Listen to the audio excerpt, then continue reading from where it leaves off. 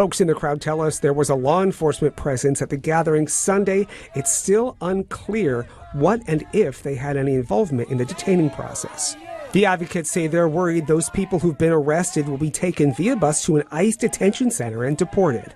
And though this bus they attempted to stop was empty, they said they plan to wait throughout the day, choosing to stay and advocate for those who can't leave. What began as an ordinary morning at a Nashville Costco quickly became a powerful reminder that the rule of law still stands, even in cities that often look the other way. In a surprise ICE operation, over 800 undocumented migrants were detained. Critics call the raid excessive, but many believe it was long overdue. After months of surveillance, this operation delivered real consequences. There were no leaks, no political warnings, just swift, calculated action. Federal agents blocked exits, conducted ID checks, and acted with precision based on solid intel. Some call it secretive, but that silence was the reason it worked. For too long, cities like Nashville have allowed illegal labor to thrive unchecked. This operation sent a clear message. Sanctuary doesn't mean immunity. If you support President Trump's crackdown and believe every undocumented immigrant should be deported, no matter how long they've been here, then comment ICE. This wasn't about rounding up random names. It was about reasserting federal authority in a city many felt had gone soft on enforcement. Liberals may call it a dragnet. We call it justice delayed but finally delivered. If 800 people without legal status were removed in one sweep, what does that say about the scale of the problem? This was no stunt. It was fast, efficient, effective. No injuries, no leaks, just results. To those saying families were torn apart, where was this outrage when border agents were overwhelmed and laws ignored? ICE did its job. Finally, someone did. Sirens blare as ICE agents and Tennessee Highway Patrol officers guide a bus believed to be filled with detainees taken into custody in Nashville's Antioch area overnight, some knocking on the windows from inside the bus. Let's be honest, Nashville wasn't chosen at random. ICE targeted it for a reason. The data pointed directly to it. Forged documents, human trafficking, exploited labor. This wasn't speculation, it was a pattern. If advocacy groups want to pretend none of that matters, they're ignoring the communities begging for relief.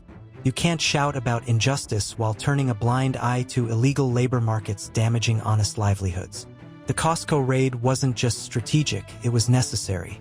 If ICE is criticized for acting on facts and data, the real issue isn't immigration, it's denial.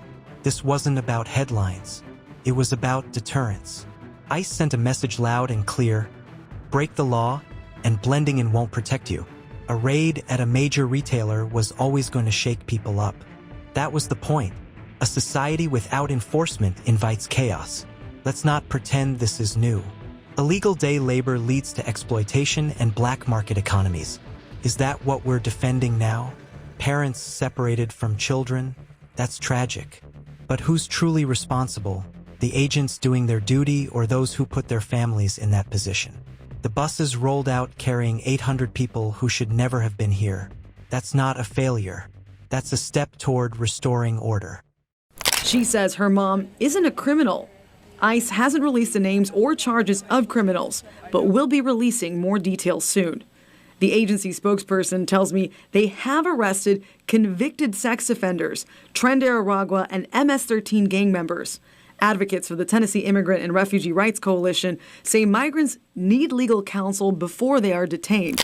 The media can twist the story all they want, but the truth is clear. ICE didn't randomly round people up.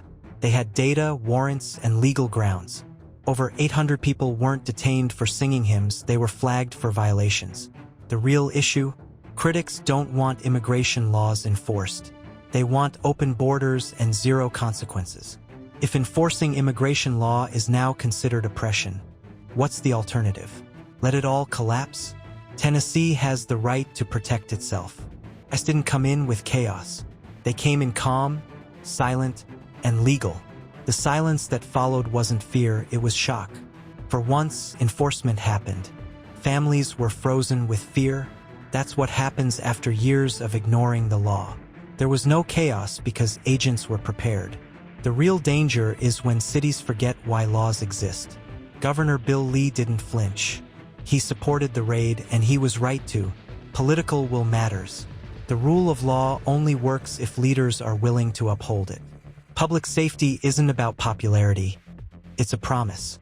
ICE kept that promise in Nashville. Sheriff says once an undocumented immigrant is behind bars, ICE has 48 hours to act. After that, the department only handles local charges. Supporters of the ICE operation want the sheriff's office to do more. Other counties are expanding their involvement with ICE through what's called the... When leaders like Representative Mark Green support ICE, they're not pushing fear, they're defending sovereignty. This wasn't about targeting people, it was about halting the slow erosion of our legal standards. Critics shout xenophobia, but what they're really afraid of is accountability. For too long, illegal immigration has been treated as a minor infraction. In reality, it's a calculated violation of our system. The Nashville raid was precise, and ICE's coordination with nearby counties proved something more. The tide is turning. Americans are tired of watching laws be ignored. When local police stand with ICE, it sends a message of unity, resolve, and order. But the first weekend of May seems to be an outlier. Tennessee Highway Patrol targeted a predominantly Hispanic area of Nashville with traffic stops, while ICE agents followed along. According to the data, nearly 70% of those arrested statewide during the first weekend of the operation. Let's be clear, ICE is not the villain. They're cleaning up a mess city officials ignored for years. If some local sheriffs criticized the raid, it wasn't because it was wrong. It was because they caved to pressure from activists who confuse compassion with policy. Over 800 people detained, many with prior offenses or records. Critics call that survival. We call it breaking the law. It's not ICE tearing families apart. It's decades of leaders refusing to act. Sanctuary cities failed. Nashville proved it. Either enforce immigration law or erase your borders, one Costco at a time. ICE and Tennessee troopers are making their presence known throughout Nashville. ICE telling Fox 17 News they are focused on removing criminals for public safety. Monday night marks the second time they used traffic stops to crack down on undocumented immigrants. This wasn't just a raid. It was a reality check. If you think immigration laws are optional, think again. Over 800 deportations. One day, no violence, no injuries, just results. That proves something: order is possible. But order isn't always comfortable. Critics say ICE used fear. Maybe they did. But fear of consequences is exactly what's needed in a system that's been ignored for too long. Enough loopholes. Enough excuses. When people live illegally under the radar for years, bold action becomes the only path to balance. This operation was that action. A message delivered clearly. Break the law, and eventually someone will knock.